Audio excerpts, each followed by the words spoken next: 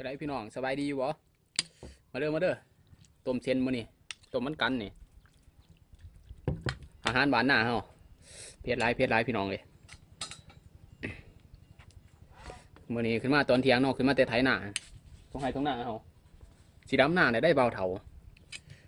จะได้มาลำซอยเด้อพี่น้องเลยพี่เก่านะมาเด้อไม่ทูดิ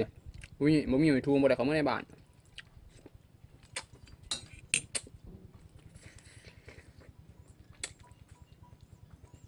จะได้พี่น้องสีดำหน้าบ่มาลำซอยเบาเถาเด้อ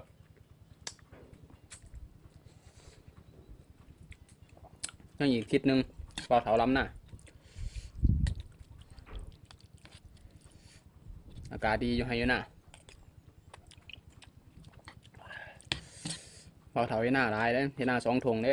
ปีนี้มาซอยกันในเด้อพี่น้องเลย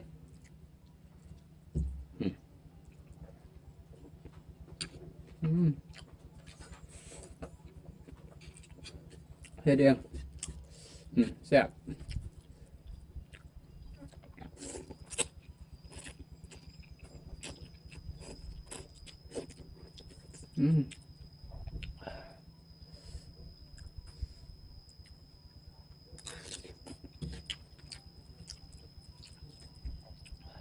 โอ้ยบ่ได้ไปใส่หรอกพี่น้องเลยช่วงนี้อยู่แต่ให้แต่หน้านี่แหละเขาให้เฝ้าหน้าซาที่เบาเถานั่นก็จะไปอยู่แต่ละมือ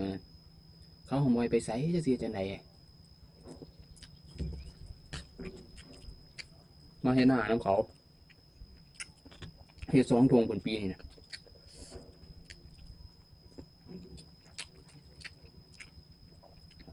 เบาเถาสิลำหน้ามาลำซอยเด้อพี่น้องเลย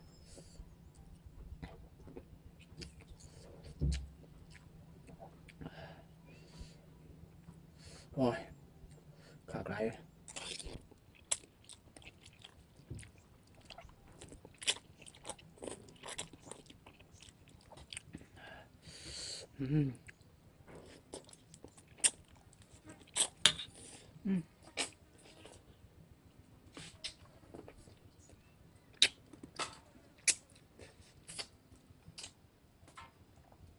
พี่น้องเป็นยังไงสบายดีอยู่บ่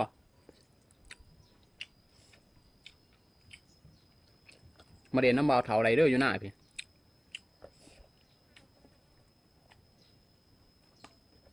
มีจะพากินสมได้เบาเถาดีบ่ได้เห็นยัง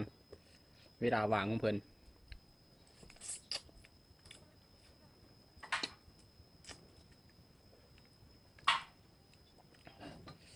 อากาศทั้งในบ้านจะเป็นยังไงพี่น้องเลยยังไม่ทันได้ไปเยือนอยู่แต่หน้าสิเป็นคนป่าอย่างไถหน้าก็ดังขึ้น